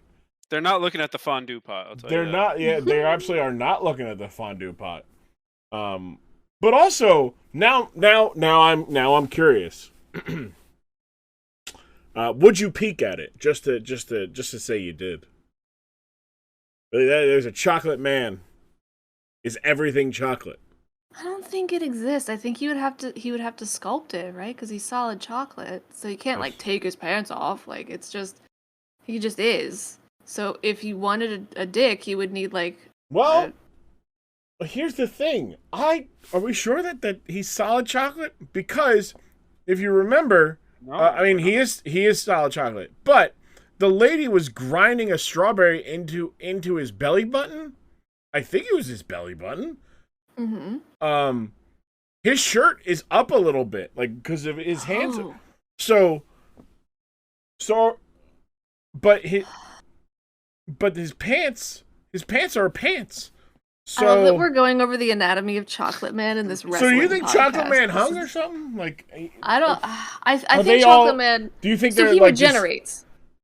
So gotcha. Obviously he regenerates because he has to. Yeah. So Yeah, I think what happens in this case is I think he just like he carves himself a pee-pee every time he wants to get down. Now, other question here is: does he yes. reject? So back to this fondue thing. Okay, he melted his arm to make fondue for these beautiful women. Did he lose his arm in real life? Like because he was a man, and then he used the Axe spray to become a chocolate man, and then he melt. What happens when he takes a shower? Is what you're asking? Yeah, does his arm come like? No, this is Venom. It's gone forever. It's Venom. Guys, Venom. it's Venom. This is the Venom situation. Chocolate Venom. Chocolate Venom. I don't want to see. I don't want to see any more Venom verse or Sony Spidey verse movies. I'm good. I don't even think I want to see Let There Be Carnage. I haven't, or the first Venom, to be honest. I'm good. If that's Chocolate Venom, is just if it just takes is Tom Hardy spraying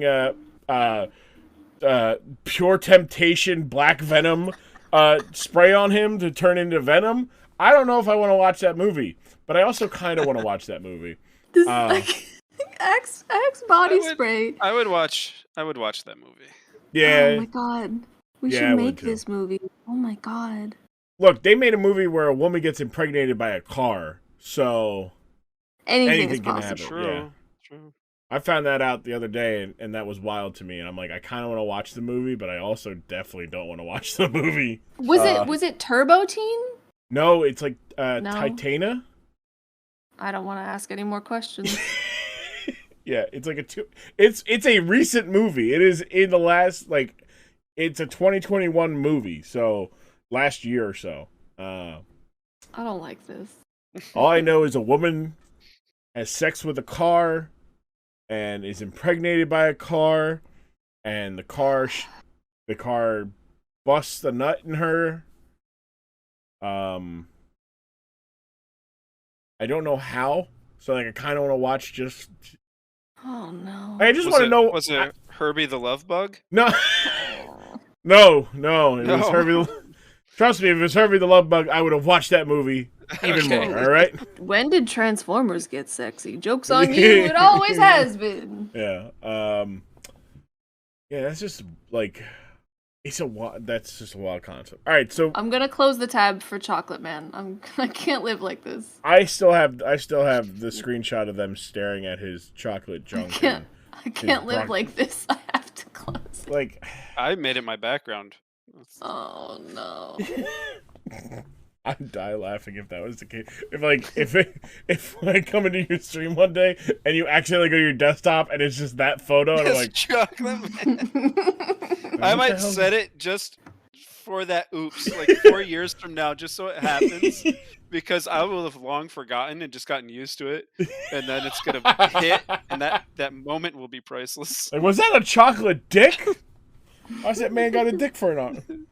Because here, like, it's definitely too high up, and there's too many like clothing layers for it to be like misconstrued as a like for somebody to see that and be like, wait a second, what?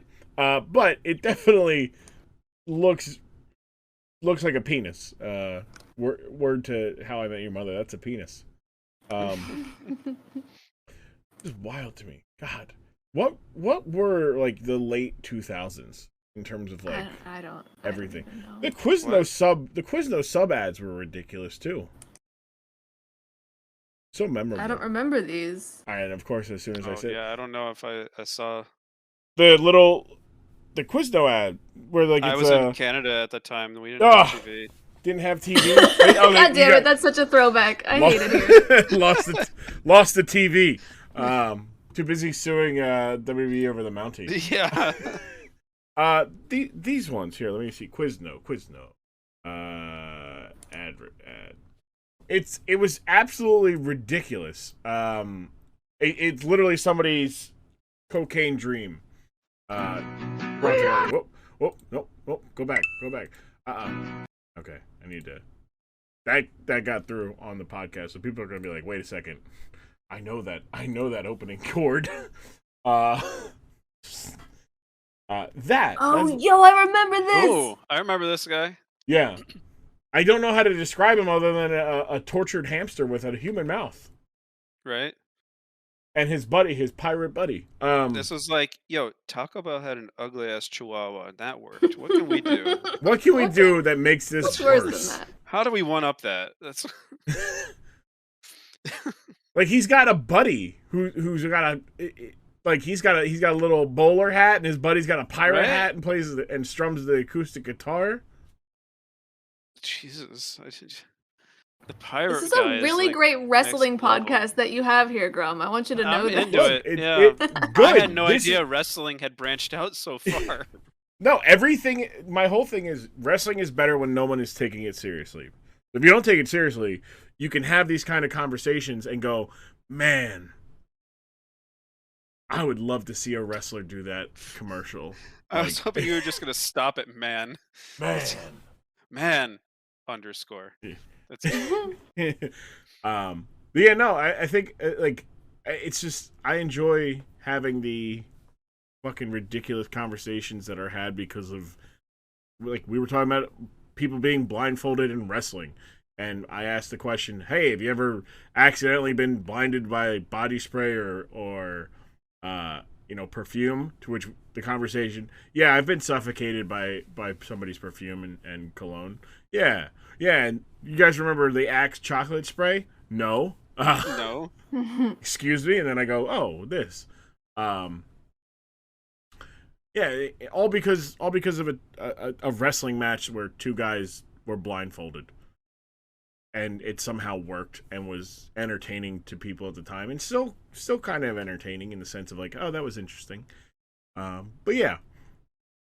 Thanks. It is a good. All that to say, thanks. I do have a great wrestling podcast. I have the best. I have the best wrestling podcast because we don't take ourselves too seriously. It's more fun to I showed you guys dumb wrestling and introduced you to the idea of like, hey, like this wrestling is terrible, but also this is very funny how we've had a conversation about Axe Chocolate Man. I think it's more a testament to the ADHD, the undiagnosed ADHD in all of us. Yeah. The real friends are the Fair. undiagnosed ADHD Fair. we had all Absolutely. along. Yeah. No, it's that's really like the whole. That's just life, you know. Finding the things between the waves of having your attention and being able to hyper focus on things. Still can't. This Milo. Was it a Japanese adventure comedy film? Is that the one? Is 1986? What? Is there a remake of it? Milo and Otis? Yeah. Oh no, they just dubbed over it. Oh, they dubbed over it. Okay. Yeah, they just dubbed English over it. The English voice actors were pretty good. Okay. I love that you're doing research into Milo and Otis. The song for it was delightful. If you can find that. I have all the tabs of the things that we talked about. Like I have the Mountie tab still up, and just being like, okay. Yeah, that's funny because he was. They were threatened, lost legal action because they were the Mountie. The character was eventually the subject of litigation in Canada, preventing from Jacques Rougeau, the performer, from performing as the Mountie in his home country. Thus, while wrestling in Canada, he was billed using his real name and did not wear his Mountie-inspired hat and jacket to the ring, although he did retain other parts of his costume, such as a red shirt, black pants, and boots. I did talk about the Mountie, I have not talked about in full yet, but I did talk about his later gimmick, which was the Quebecers. Bless you. No, I didn't sneeze. The Quebecers. Where they basically were just dressed up as the Mounties, and they changed the song. His song as the Mountie is, I'm the Mountie, I always catch my man. When he came back as the Quebecers, the song was, we're not the Mounties, we never catch our men. Like, and They really did that? Yeah, they just changed great. the lyrics of the song to be like, hey, just to avoid getting avoided. They were like, we're not the Mounties. I promise you, we're not the Mounties. But yeah, the summation of this podcast all the time is simply nonsense. Nonsense 24/7. Nonsense 316 says, I don't know what just happened. Shout out to Stone Cold. Although that was 316 Day was yesterday. Today's St. Patrick's Day. I should have done. It's been like 4 holidays in a row. Yeah, hasn't it? Yeah. Ides of March was the day before. Jeez. What was the 14th other than Pi Day. Oh yeah, Pi Day. Yeah. Great day for niche interest days, and then all leading to St. Patrick's Day, which is just an excuse for everybody to get drunk wearing green.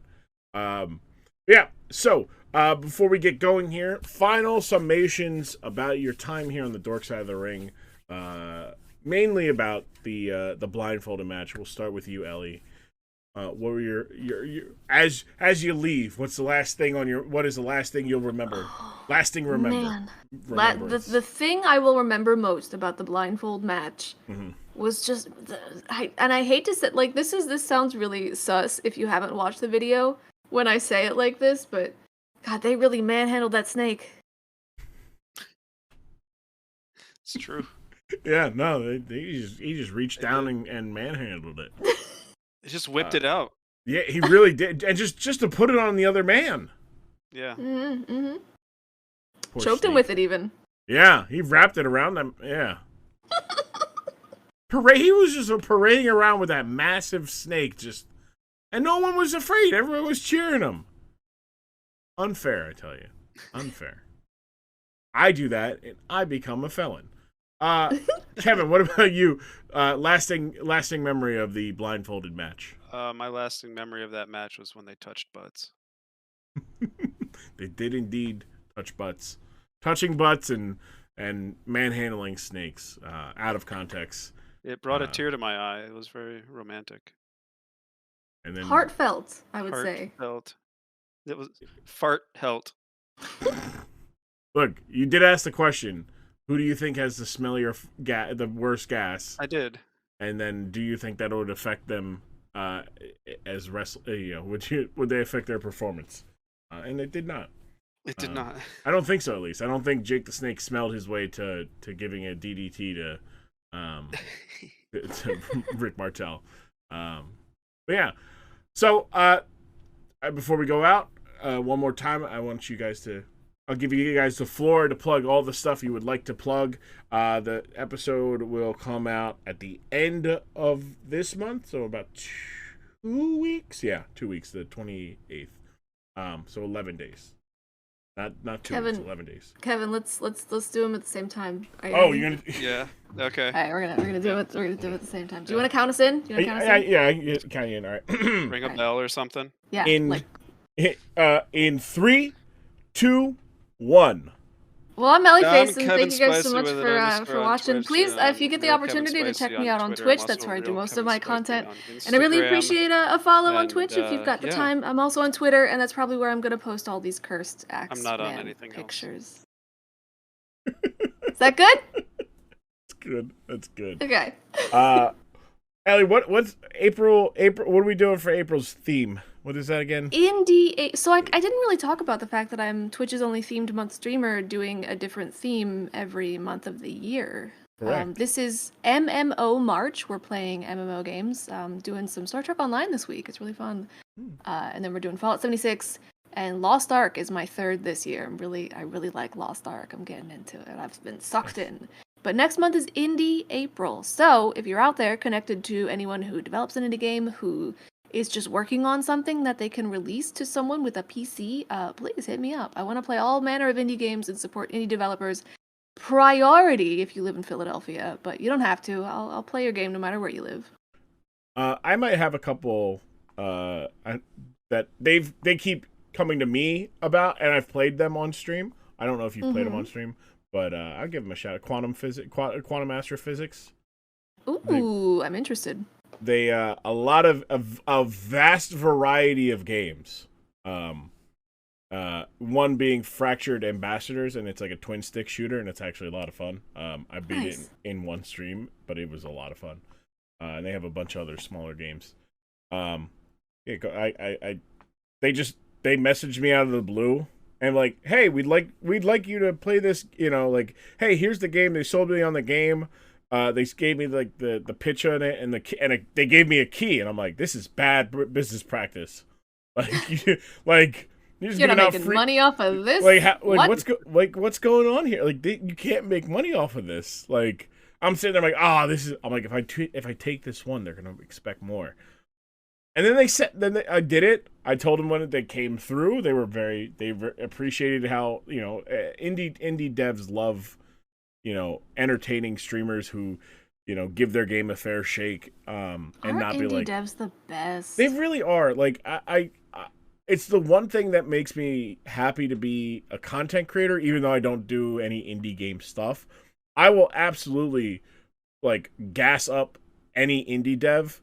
I'll play your game. You don't have to give me don't give me a stream key because I will not, or a Steam key. I will not stream it most likely to Twitch because I'm not on Twitch anymore at the moment. Or I should say seriously. But I'll buy your game and then I'll play it. And then if it's good, I will absolutely gas it up. And if it's bad, I'll still gas it up. My word shit. Nobody takes me seriously anyways. So, if I say it's good, people are going to want to find out for themselves. So that's how it works. But yeah, so if you're an indie dev or any indie devs or any indie games or whatnot, especially in the Philadelphia area, at Elliface. Yeah. Or twitch.tv/Elliface. And if you like Magic the Gathering, you go to Kevin Spicy. That's Kevin _Spicy. You can't forget that underscore. It's very important. The underscore himself, Kevin Spicy. Appreciate you guys coming on. It was a blast to have you on. It took me. I did this I think I told you guys a little bit because you're asking about video. Next phase 2. That's the thing. This might be the last one of phase one. I'm not sure of the order yet. Ooh. But so I saved the best for last. I saved Aw. I saved my peoples, my Philadelphians, because we're strong like that. Also, the weather's starting to get better, so we're all in a good mood because we're not suffering cold, blistering cold and slop. Ain't that the truth? Well, thank you guys for coming on. I appreciate it. Love you. And may Axe's Chocolate Man not be in our nightmares tonight. Come on, you had to say it. I'm Well, I was going to thank you for inviting us, but now I'm going to hang up preemptively. I'll thank you. It's just, it was like, thank you for the. I need all of it. I need every bit of good vibes to not have that guy come to my. And if for at any point in the next week or two, the Chocolate Man comes into any point of my dreamscape, I'm driving to you guys, and we're having a seance. And I got a Ouija board. You want to do it? Yeah, we're gonna have a seance, and we're gonna make sure we exorcise the demon that is the Chocolate Man. The Chocolate Man might be my sleep paralysis my monster. sleep paralysis demon. He really is. Like, it's just eyes and a smile, man. It's terrifying. The frame where he's in the movie theater, and it's just his eyes and his mouth and his teeth. Yeah, that's my sleep paralysis monster. I just figured it out. Thank you for the breakthrough. I appreciate it, guys. Thank you for coming on the dark side of the ring and terrorizing me. That'll be $100 an hour. Thanks. Yeah. Well, all right. So I'll send you $200 over the course of several months of $5 donations. Great. Thank you, guys. I love you, and I will talk to you soon. Talk to you soon. Safe to say, since we recorded that, I have not had a night where I did not wake up terrified that the Axe body spray chocolate scented advertising commercial man was standing in the corner of my room, eyeing me up, wanting to turn me into a chocolate henchman of some kind. Thank you for that, Elliface and Kevin Spicy, the underscore Kevin Spicy. Thank you. I should be. It's really my fault because I brought it up. I brought it up. It's really my fault. They say, reaping what I sow, like me sowing, me reaping. Oh no. Yeah, that's what happened. Thank you guys. Go ahead and check them out on their Twitters, their socials, their Twitches as well. Appreciate that. Next week's episode is one of multiple things. So here's what happened, right? I like to get these in bunches, right? In case something like this were to happen, where I go to record some episodes and life just happens, whether it's my life or my guest's life, where we're unable to connect and record. I'd like to get six recorded in about a 2-week span, right? So that, I have about a month to then record another 6 in 2 weeks, right? Like I've figured this out almost a year doing it. I had 6 in 2 weeks. Went through. The 2 weeks started happening where, okay, hey, I got 2 weeks to do it. I recorded one. Another one, one or two had to be postponed for one reason or the other. Get another one, do that again. All right, well, we're doing that. A whole bunch of stuff, right? So I currently don't have anything in. I have nothing in the can for you guys at the moment, right? This is the most recent recording I have. So I don't know what's going to be next week. It could be PN News. It could be Santino Morella's debut. It could be Katie Vick. It could be any of those 3 things with multiples, a variety of friends. It could be actually I don't know because there's one Monday and I don't even have. I got a topic for them and I got to figure out how to. I got to record that. Most of the stuff I record. Anyways, look. All I'm saying is, life's been hell this first quarter of 2022. Mainly for me as a content creator, getting COVID, falling behind on things, constantly trying to motivate myself. Maybe that's not the right word. It's not motivate myself, but like maybe it is motivate myself, but find the gumption to record. I got 2 Pokemon hardcore Nuzlocks that I need to I have one has the script and everything thrown together. It just needs to be voiced over and then put together. The other one, all the footage is I simply just need to write up the script, do all this stuff. Things that should only take, I should get both of those things done in a week. And I just haven't. Pip-Boy Me episode 2. Don't got that. 6 to my stomach. That idea probably wasn't a great idea in the first place, but you know, I like the concept of it. I haven't really been streaming because I've been trying to get things together and just finding the motivation to do a lot of stuff. Creative. It's not creative burnout. It's the dauntingness of being a creator of any size. I can imagine people at bigger sizes. I've had conversations with creators at bigger sizes of like finding the kickstart to getting going, and then once you get going and you ride that high and it's real good. Yeah, that's why phase 2 for me is what it is, because like I had this idea of what I want for phase 2, the video podcast to look like, and it's actually quite easy to do. I just need to do it, right? So that's where we're at, where I have everything written out, everything planned, everything put together, and I just need to do it. And I feel like a lot of people can relate with that, and that's why I'm talking about it, because, you know, maybe you're at that spot too, where you're just like, I just need to do this one thing, and then I got it, right? I do the one thing, get that out of the way, and we're good. Sometimes it's simple as going and do something else, and then coming back and getting that thing that you need done in a bunch of other things, and you just ride the productivity, and you're like, wow, that was amazing, right? But sometimes you're acutely aware of needing to do that, and you've just got to figure out a way to get around doing that for now. And that's what I've been trying doing. I just need to bite the bullet and do some of these things, even if it takes me multiple days to do them.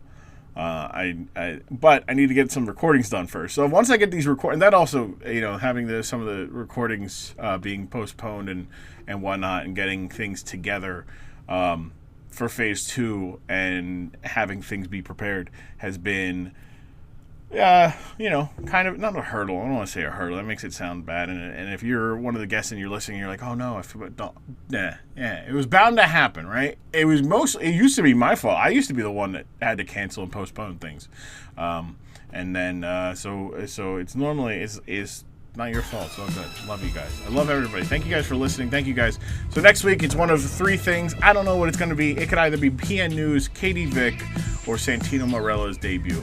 One of the 3 things will be next week's episode here on the Dork Side of the Ring. I am Grumm. I'm glad that you guys are here. Support.grumm.tv, and at Dorkside Ring on Twitter and Instagram. That's how you can support this podcast. Thank you so much. Oh, 5-star reviews as well, please, and thank you. And the Spotify has 5-star reviews, and Apple has 5-star reviews. I appreciate it. Thank you guys so much. I will see you guys next week here on the Dork Side of the Ring, where we don't take wrestling seriously, because wrestling is at its best when wrestling is not taken seriously. I am Grumm. Thank you guys. I'll see you next week here, the Dork Side of the Ring podcast.